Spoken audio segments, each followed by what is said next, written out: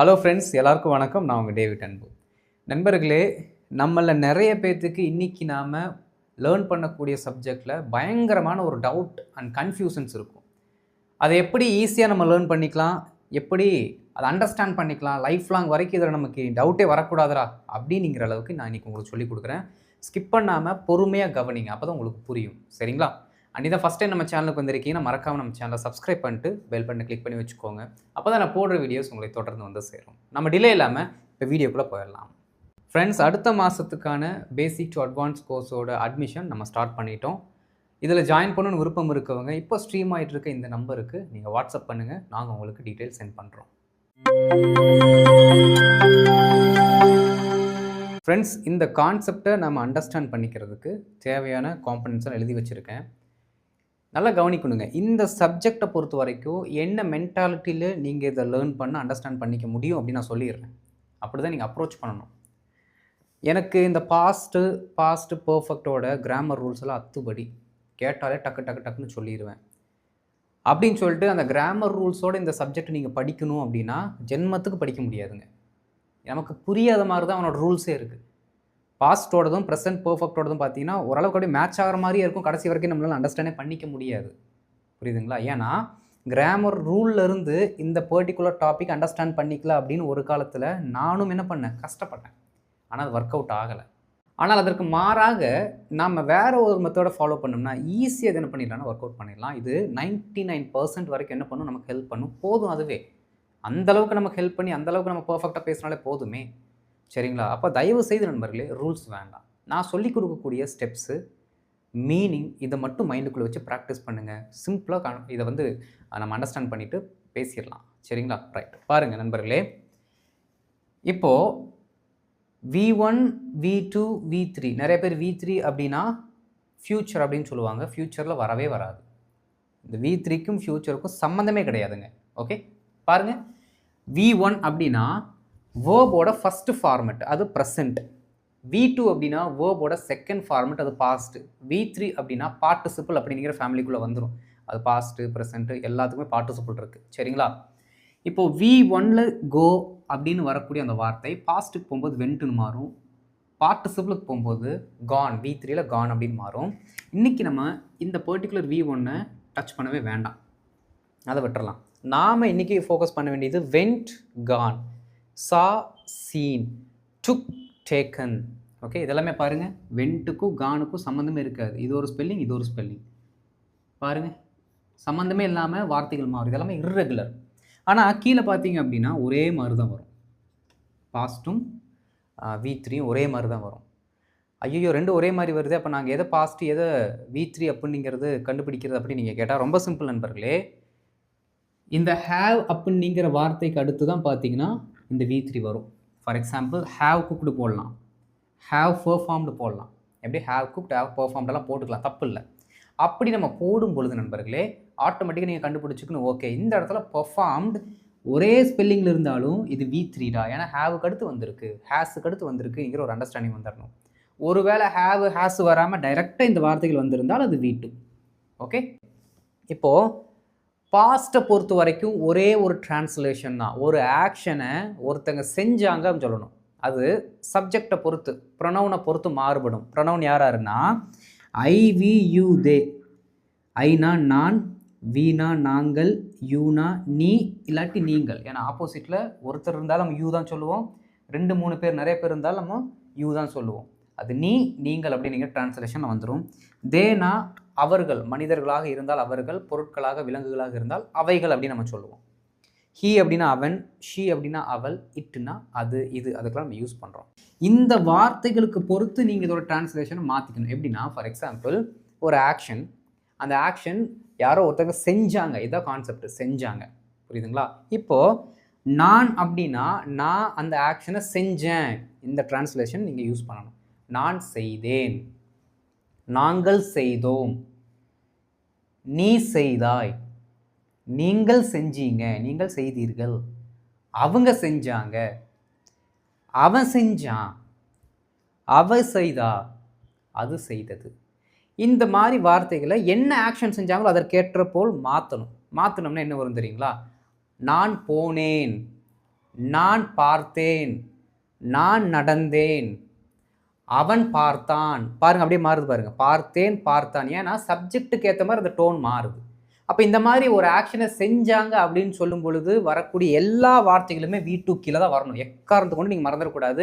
ஒரு ஆக்ஷனாக செஞ்சேன்ப்பா, அவன் வந்தான்ப்பா, அவன் அங்கே ஸ்டே பண்ணான், நல்லா கவனிக்கணும், அவன் அங்கே ஸ்டே பண்ணான், இவங்கெல்லாம் விளையாண்டாங்க, இந்த மாதிரி ஒரு ஆக்ஷனை பண்ணாங்கன்னு எப்பெல்லாம் நீங்கள் தமிழில் சொல்கிறீங்களோ அப்பெல்லாமே இந்த வார்த்தைகளை போட்டு தான் சொல்லணும். புரியுதுங்களா? அப்போது ஐ சா ஹிம் அப்படின்னு ஒரு சென்டென்ஸ் இருக்குது அப்படின்னா இதனுடைய டிரான்ஸ்லேஷன் பாருங்கள். நான் சா அப்படின்னா ஒரு ஆக்ஷனை செஞ்சேன். என்ன செஞ்சேன்? பார்த்தேன். சரி, யாரை பார்த்தேன் அப்படின்னா ஹிம். நான் அவனை பார்த்தேன். அவ்வளோதான். ஓகே, நான் அவனை பார்த்தேன், நான் அவனை பார்த்தேன், முடிஞ்சு போச்சு. ஐ சாகும். அதுவே வி சாகும் இருந்துச்சு அப்படின்னா நாங்கள் அவனை பார்த்தோம்னு மாறும். நல்லா கவனிக்கணுங்க. இந்த தமிழ் வார்த்தையில் வாக்கியத்தில் கடைசி வார்த்தை இருக்கு பாருங்க, அதுதான் என்ன வேர்ப் அப்படிங்கிறத காட்டி கொடுக்கும். புரியுதுங்களா? இதெல்லாம் ரொம்ப பேசிக்காக நீங்கள் தெரிஞ்சுக்கணும். நான் அவனை பார்த்தேன். புரியுதுங்களா? அப்போ பார்த்தேன் அப்படின்னா சா. நான் அவனை கூப்பிட்டேன் கால்டு. நான் அவனை டிஸ்டர்ப் பண்ணேன், ஐ டிஸ்டர்ப்டு. டிஸ்டர்ப் செய்தேன், டிஸ்டர்ப் பண்ணேன், ஒரு ஆக்ஷனை செஞ்சோம், அவ்வளோதான். ஒருவேளை இந்த டிரான்ஸ்லேஷன் கொஞ்சம் மாறி நம்ம வேறு ஆங்கிளில் சொல்கிறேன்னு வச்சுக்கோங்களேன். எப்படின்னா இந்த V3யோட ஃபார்மேட் எப்படின்னா ஒரு ஆக்ஷனை செஞ்சிட்டேன், ஒரு ஆக்ஷனை முடித்து விட்டேன், இந்த சவுண்டு வரணும், விட்டேன் அப்படிங்கிற சவுண்டு. நல்லா கவனிக்கணும் நண்பர்களே. இந்த V3யை பொறுத்த வரைக்கும் அதுவும் ஹேவுக்கும் ஹேஸுக்கும் அடுத்து வரக்கூடிய இந்த V3க்கு 2 தமிழாக்கம் இருக்குது. ரெண்டுத்தையும் நான் சொல்லிக் கொடுக்குறேன், புரிஞ்சிடும் உங்களுக்கு, ஈஸி தான். ஒரு ஆக்ஷனை நான் பண்ணிட்டேன், அதாவதுங்க ப்ரெசன்ட் பர்ஃபெக்ட் அப்படின்னா ஒரு ஆக்ஷன் இப்போ ப்ரெசென்ட்டில் முடிச்சிருப்போம். இந்த கதையெல்லாம் இங்கே ஆகவே ஆகாது. ப்ரெசன்ட் டைமு பாஸ்ட் டைமு அந்த ரூலெல்லாம் இங்கே பேசவே கூடாதுங்க. அதெல்லாம் இங்கே கொண்டே வரக்கூடாது. ஒன்று தான் நீங்கள் ஃபோக்கஸ் பண்ணணும், விட்டேன், அவ்வளோதான். ஆக்ஷனை பண்ணிட்டேன், தமிழில் சொல்லி பாருங்கள், அவ்வளோதான் நீங்கள் பண்ண வேண்டிய விஷயமே. இங்கே வேறு எந்த கால்குலேஷனும் எந்த வேலையும் செய்ய தேவையில்லை, தமிழில் சொல்லி பாருங்கள். நான் ஒரு வேலையை செஞ்சிட்டேன், நான் சாப்பிட்டு விட்டேன், சாப்பிட்டேன் கிடையாது. நான் சாப்பிட்டேன்னா ஒரு ஆக்ஷனை பண்ணினேன், சாப்பிட்டு விட்டேன். புரியுதுங்களா? தூங்கி விட்டேன், அவன் தூங்கி விட்டான், அவர்கள் வந்து விட்டார்கள், நான் அவனை கூப்பிட்டு விட்டேன், அவன் கூப்பிட்டேன் அப்படின்னு நம்ம தமிழில் சொல்லுவோம். நான் அவனை கூப்பிட்டேன், கூப்பிட்டு விட்டேன், இந்த மாதிரி. புரியுதுங்களா? அப்போ எப்போல்லாம் இந்த டிரான்ஸ்லேஷனில் நீங்கள் சொல்கிறீங்களோ ஒரு வேலையை நான் பண்ணிட்டேன்ப்பா, பண்ணினேன்னு கிடையாது, அங்கே செஞ்சேன் அப்படின்னு நம்ம சொல்கிறோம். இங்கே செஞ்சிட்டேன், மீனிங் மாறுது பாரு. இந்த டிரான்ஸ்லேஷன் வந்துச்சுன்னா தான் நீங்கள் இந்த பர்டிகுலர் ப்ரெசன்ட் பர்ஃபெக்டை யூஸ் பண்ணணும். ஐ ஹவ் சீன் ஹிம் பாருங்க, நான் அவரை பார்த்து விட்டேன், அவ்வளோதான். ஒரு ஆக்ஷனை செஞ்சிட்டேன் அப்படின்னு நான் சொல்கிறேன், இந்த டோன் வந்துடணும். செஞ்சிட்டேன், பார்த்துட்டேன், குடிச்சிட்டேன், விளையாண்டுட்டேன், இந்த மாதிரி டோன்லாம் வரும்பொழுது நீங்கள் ஹேவ் ப்ளஸ் V3 போட்டுக்கலாம். இவ்வளோ தான் கான்செப்ட்டுங்க. இதில் டவுட்டே வரக்கூடாது. இதுக்கப்புறம் பாஸ்ட் எங்கே யூஸ் பண்ணணும், ப்ரெசன்ட் பர்ஃபெக்ட் எங்கே யூஸ் பண்ணணும் அப்படின்னு கேட்டிங்கன்னா எனக்கு இதுக்கு மேலே சொல்லித்தர்றதுக்கு ஒரு ஐடியா இல்லைங்க நண்பர்களே. புரியுதுங்களா? ஏன்னா இதுக்கு அடுத்து போகணுன்னா ரூல்ஸ் தான் போகணும். ரூல்ஸ் போனால் கடைசி வரைக்கும் பேச முடியாது. 100% நான் அதுக்கு கேரண்டி கொடுக்குறேன், பேச முடியாது. அப்போ இதைத்தான் நீங்கள் ஃபாலோ பண்ணணும். நமக்கு இங்கிலீஷில் தானே பேசணும் நண்பர்களே, இங்கிலீஷில் தானே பேசணும். டக்குன்னு ஒரு சென்டென்ஸ்னால் அதை இங்கிலீஷில் சொல்லணும், அவ்வளோதான் நமக்கு தேவை. இது போதும். புரியுதுங்களா? ரைட். இப்போ இது ஒரு அர்த்தம். இன்னொரு அர்த்தத்துலேயும் இந்த என்ன பண்ணுவோம்னா ப்ரெசன்ட் பர்ஃபெக்டை இந்த காம்பினேஷனை யூஸ் பண்ணுவோம். எப்படின்னா ஒரு ஆக்ஷனை இப்போ பண்ண மாட்டோம், கடந்த காலத்தில் நம்ம பண்ணியிருப்போம், எப்போவோ ஒரு காலத்தில் பண்ணியிருப்போம். அதை ப்ரெசண்ட்டில் சொல்லும் பொழுது அந்த ஆக்ஷனை செஞ்சுருக்கேன்ப்பா அப்படின்னு சொல்லுவோம். எப்படி? செய்து இருக்கிறேன். ஒரு ஆக்ஷனை நான் செஞ்சுருக்கேன்னு நம்ம சொல்லுவோம். இந்த கேம் விளையாண்டுருக்கியா? விளையாண்டுருக்கேன். இப்போவா? இப்போ விளையாண்டு சொல்லுவீங்களா? எப்போயோ விளையாண்டதை இப்போ நம்ம சொல்லுவோம். பாஸ்ட்டு எக்ஸ்பீரியன்ஸை ப்ரெசண்ட் கூட கனெக்ட் பண்ணுவோம். நீ அந்த இடத்துக்கு போயிருக்கியா? போயிருக்கேன்டா, போயிருக்கேன், நிறைய டைம் போயிருக்கேன். போயிருக்கிறேன், போனேன்னு சொல்லலை, நல்லா கவனிக்கணும். போனேன்னு சொல்லலை, போயிருக்கிறேன்னு சொல்கிறேன். மீனிங் மாறுது இல்லை? தமிழில் சொல்லும்போது அந்த டிரான்ஸ்லேஷன் மாறுது இல்லை? அப்படி மாறினால் ஆட்டோமேட்டிக்காக இங்கே வந்துடும், நீங்கள் இந்த கான்செப்ட் வந்துடும். நான் போயிருக்கேன், ஐ ஹவ் கான். புரியுதுங்களா? ரைட். இவ்வளோ தான் கான்செப்ட். இப்போ அடுத்து நம்ம எக்ஸாம்பிள்ஸ்குள்ளே போயிடுவோம். இப்போ கடைசியாக நான் இந்த ஸ்லைடில் சொல்ல போகிறது என்ன அப்படின்னா நண்பர்களே, எந்த இடத்துல போயிட்டேன், எந்த இடத்துல போயிருக்கிறேன், ஏன்னா அந்த போயிட்டேன் போயிருக்க 2 டிரான்ஸ்லேஷன் வருதுல்ல, 2த்துல நாங்கள் எதை யூஸ் பண்ணுறது அதை சொல்லுங்கள் அப்படின்னு நீங்கள் கேட்பீங்க. நண்பர்களே ரொம்ப ஈஸிங்க. நீங்கள் ஒரு ஆக்ஷனை முடிச்சிட்டிங்களா, இல்லை முடிச்சிருக்கிறீங்களா, ஒருத்தரை பார்த்துட்டிங்களா, பார்த்துருக்கிறீங்களா அப்படின்னு நான் சொல்ல முடியாது. அதை நீங்கள் தான் சொல்லணும். நீங்கள் உங்கள் மைண்டுக்குள்ளே அவரை பார்த்துட்டேன்டா அப்படின்னு சொல்ல வரீங்களா, போதும். ஐ ஹவ் சீன், அவ்வளோதான். இதை நான் பார்த்துருக்கேன்டா சொல்ல வரீங்களா, போதும். ஐ ஹவ் சீன், அவ்வளோதான். உங்கள் மைண்டுக்குள்ளே நீங்கள் என்ன ஃபீல் பண்ணுறீங்களோ அதுக்கேற்ற மாதிரி தான் ட்ரான்ஸ்லேஷன் வரும். இதெல்லாம் ரொம்ப கஷ்டம்லாம் கிடையாது, ரொம்ப ரொம்ப ஈஸி. அப்புறம் ஒரு சிலர் பார்த்தீங்கன்னா அவங்களே உங்கள்கிட்ட கேட்பாங்க, have you completed the work. Question எப்படி ஆரம்பிக்குது, have you completed the work, வேலையை முடிச்சிட்டியா, வேலையை முடிச்சிட்டியா, அப்படி தான் கேட்பாங்க. Have you complete the work. In case உங்களுக்கு ஹேவ் யூ கம்ப்ளீட்டட் முடிச்சிட்டியா முடிச்சிருக்கிறியா அப்படின்னுங்கிற மீனிங் உங்களுக்கு தெரில அப்படின்னா ஒன்றும் பிரச்சனை இல்லை. ஏன்னா நாம் சொல்ல போகிறது என்னது, yes I have completed, yes I have done, அந்த மாதிரி சிம்பிளாக சொல்லிட்டு போயிடலாம். அவங்க என்ன ஹேவை வச்சு, ஹேவுக்கு என்ன மீனிங் வச்சு அவங்க கேட்டாங்களோ அதற்கேற்ற மாதிரி நம்ம ஹேவ் வச்சு சொல்லும்பொழுது அண்டர்ஸ்டாண்ட் பண்ணிக்குவாங்க. இவ்வளோதான் கான்செப்ட். இதற்கு மேலே போட்டு நீங்கள் ரொம்ப உங்களை டிஸ்டர்ப் பண்ணாதீங்க. டிஸ்டர்ப்னு சொல்கிறத விட உங்களை போட்டு ரொம்ப நீங்கள் ஸ்ட்ரெஸ் பண்ணாதீங்க. யூ ஹேவ் ப்ளஸ் V3 வந்து என்ன மீனிங்கு, சிம்பிள் பாஸ்ட் டென்ஸ் வந்து என்ன மீனிங், போதும் நண்பர்களே. ரொம்ப ஸ்ட்ரெஸ் பண்ணாதீங்க. அப்புறம் வெறுப்பாயிரும் லாங்குவேஜ் மேலே. போடா அப்படின்னு சொல்லிட்டு ஒரு என்ன சொல்லுவோம், நம்மளை டிப்ரெஷனுக்குள்ளே கொண்டு போயிடுவோம். அது வேண்டாம். சரிங்களா? இந்த டிரான்ஸ்லேஷன் மோர் தென் எனஃப். இப்போ நம்ம என்ன பண்ணோன்னா ஒரு சில எக்ஸாம்பிள்ஸ் பார்க்கலாம், பார்த்துட்டு ஹோம்ஒர்க் போயிடலாம்.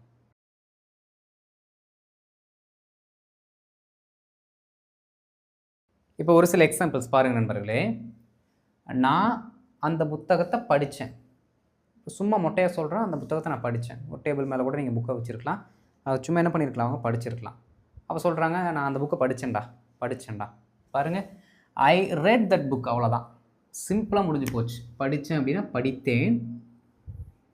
ரீட் மூணுத்துக்குமே V1 V2 V3க்கு ரீடு தான். ஆனால் ப்ரனன்சியேஷனில் ரெட்டுன்னு சொல்லணும். V1ல் தான் ரீடு, V2 வந்தால் ரெட்டு. ஓகே, சரி பாருங்கள். ஐ ரெட் தட் புக், நான் அந்த புத்தகத்தை படித்தேன். நான் அந்த புத்தகத்தை படிச்சிட்டேன். இப்போது இந்த வார்த்தை மாறுது பாருங்கள். உள்ளுக்குள்ளே மீனிங்கெல்லாம் போக வேண்டாம், வார்த்தை மட்டும் பாருங்கள். ஏன்னா அந்த புக்கை படிச்சிட்டேன்டா அப்படின்னு நம்ம சில நேரங்களில் சொல்லுவோம். படிச்சிட்டேன். அப்படி சொல்லும் பொழுது I have red that book. நீங்கள் ஏதோ ஒரு லெட்டர் வந்து ஒழிச்சு வச்சுருக்கீங்க யாருக்கும் தெரியாமல். திடீர்னு யாரோ ஒருத்தவங்க உங்கள் லெட்டர் எடுத்து படிச்சிட்டாங்க. அப்போ நீங்கள் என்ன சொல்லணும், somebody has read my letter. has read, படிச்சிட்டாங்க. somebody has, someone has. புரியுதுங்களா? இவ்வளோதான் கான்செப்ட். அடுத்து பாருங்கள், நான் புத்தகத்தை படிச்சிருக்கேன். யாரோ ஒருத்தவங்க உங்கள்கிட்ட புக்கை காட்டுறாங்க.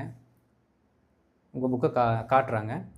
காட்டிட்டு இந்த புக் என்னன்னு தெரியுதா, இதெல்லாம் முன்ன பின்ன பார்த்துருக்கியா அப்படின்னு கேட்டால் வச்சுக்கோங்க. நீங்கள் சொல்லுவீங்க, நான் இதெல்லாம் படிச்சிருக்கேன், இந்த புக்கை வந்து அப்போவே படிச்சிருக்கேன். புரியுதுங்களா? படிச்சிருக்கேன் அப்படி தான் சொல்கிறீங்க. அப்படி சொல்லும் பொழுதும் I have red that book அப்படின்னு வந்துடணும் சிம்பிளாக. ஓகே, புக்கை பக்கத்துலேயே வச்சு சொல்கிறாங்களா, I have red this book, தட்டுக்கு பதில் திஸ் போட்டுக்கலாம். I have red this book. புரியுதுங்களா நண்பர்களே? ரொம்ப ரொம்ப சிம்பிள். நீ இந்த ரூல்ஸ்க்கெல்லாம் போனீங்க அப்படின்னா காலத்தை வச்சு சொன்னால் தான் பாஸ்ட்டு, காலத்தை வச்சு சொல்லாட்டி வராது அப்படிலாம் சொல்லுவாங்க. அதெல்லாம் எல்லா இடத்துலையும் செட்டும் ஆகாது. ஏன்னா ட்ரான்ஸ்லேஷனில் வந்து என்ன ஆகும்னா அது வந்து கொஞ்சம் கான்ட்ரடிக்டரியாக இருக்கும். அதனால் இதை ஃபாலோ பண்ணுங்கள், போதும். புரியுதுங்களா? நான் சொல்லிக் கொடுக்கக்கூடிய இந்த கான்செப்ட் எல்லாமே உங்களை எப்படியாவது இங்கிலீஷில் பேச வச்சிடணும் அப்படின்னு தான். புரியுதுங்களா? ஏன்னா கிராமரில் நம்ம அதிகமாக போனோம் அப்படின்னா பேச முடியாதுங்க. அதான் உண்மை, உலக வழக்கம் சொல்லப்போனால். அது அந்தளவுக்கு நம்ம கை கொடுக்காது. அதனால் முடிஞ்ச அளவுக்கு எதை உங்களுக்கு சொல்லிக் கொடுத்து அதை வச்சே நீங்கள் பேச முடியுமோ அதான் சொல்லிக் கொடுக்குறேன். புரியுதுங்களா நண்பர்களே? ரைட். இப்போ பாருங்கள், நேற்று தான் ஒரு படம் ரிலீஸ் ஆச்சு. என்ன படம் அப்படின்னா கருப்பு படம் ரிலீஸ் ஆச்சு. இப்போ வந்து நம்ம ஃப்ரெண்டு நம்மக்கிட்ட கேட்குறான், அந்த படத்தை பார்த்தியா அப்படின்ட்டு. பார்த்தேன்டா அப்படின்னு இன்கேஸ் நம்ம சொல்கிறோன்னு வச்சுக்கோங்களேன். அந்த படத்தை பார்த்தேன்டா அப்படின்னா I watched that movie, I watched the movie, ரெண்டில் எது சொன்னாலும் கரெக்டு தான். Yes, I watched the movie. பார்த்தேன்டா. திடீர்னு ஃப்ரெண்டுக்கிட்ட கேட்குறான், அந்த படத்தை பார்த்துட்டியா அப்படின்னு கேட்குறான். அந்த படத்தை பார்த்துட்டியா? நம்ம பார்த்துட்டோன்னு வச்சுக்கோங்களேன். Yes, I have watch the movie, முடிஞ்சு போச்சு. புரியுதுங்களா? இவ்வளோதான் கான்செப்ட். கார் வாங்கிட்டியா? கார் வாங்கிட்டியா? வாங்கிட்டேன்டா. I have bought the car. Yes, I have bought the car. புரியுதுங்களா? இது இன்னொரு ஆங்கிளையும் ஃப்ரெண்ட் நம்மகிட்ட கேட்பான். மச்சான் என்ன கார் வாங்கியிருக்கிறியாமா? வாங்கி இருக்கிறாய். கார் வாங்கியிருக்கிறியாமா? ஆமாடா வாங்கியிருக்கேன். என்ன சொல்லுவீங்க? ஆமாம் வாங்கியிருக்கேன் தான் நம்ம ட்ரான்ஸ்லேஷனில் சொல்லுவோம் தமிழில். வாங்கியிருக்கேன். எஸ், ஐ ஹவ் பாட். முடிஞ்சு போச்சு.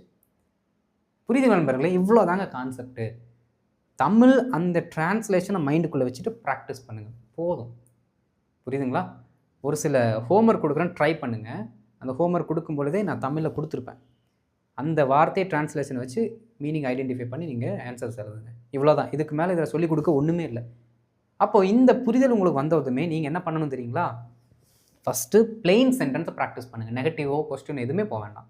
ஃபஸ்ட்டு பிளெயின் சென்டென்ஸாக நல்லா ப்ராக்டிஸ் பண்ணணும். அதுக்கப்புறம் தான் நெகட்டிவ் வரணும். ஏன்னா நெகட்டிவ் போனீங்கன்னா உங்களுக்கு அதற்கான சரியான ட்ரான்ஸ்லேஷன் வேணும், இல்லாட்டி புரியாது. ஃபஸ்ட்டு இப்போ நமக்கு புரிஞ்ச இந்த ட்ரான்ஸ்லேஷன் படி என்ன பண்ணுங்கள், ப்ராக்டிஸ் பண்ணுங்கள். நெகட்டிவ் நம்ம இன்னொரு நாள் கற்றுக்கலாம். ஓகே நண்பர்களே? ரைட். இந்த வீடியோ உங்களுக்கு பிடிச்சிருக்குன்னு நினைக்கிறேன்.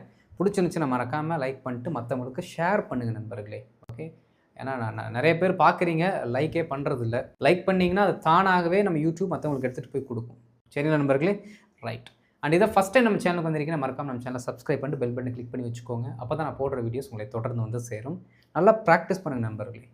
மேக்ஸிமம் இப்படி சொன்னால் இப்படி தாண்டா மீனிங் வரும் அப்படிங்கிறத மட்டும் கான்சன்ட்ரேட் பண்ணுங்கள். சீக்கிரம் பேசிடுவீங்க. சரிங்க, அடுத்த வீடியோவில் பார்க்கலாம். தேங்க்யூ.